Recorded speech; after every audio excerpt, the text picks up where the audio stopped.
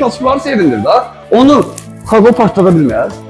Olmaz kardeş. Ona göre numunedir. O Allah'a kurbanım ki bu çekişler, bu kamera arkası güzel bir şeydir. Ben bunun tam razıyım. Ona göre ki kardeş elə insanlar var ürəyindən keçir. Elə insan var ki cibində pul var. Ancaq elə imkansız ailə axtar ki pulu xərcləyə. Xalq da onun vasitəsi olur. Qabana çıxar, ay Allah. Elə insan var birbaşa yığır deyir, o adam məndən çalışdır. Gedir onu imkan, pul xərcləyir. Evini, eşini təmin edir, uşaqların müalicəsini təmin edir.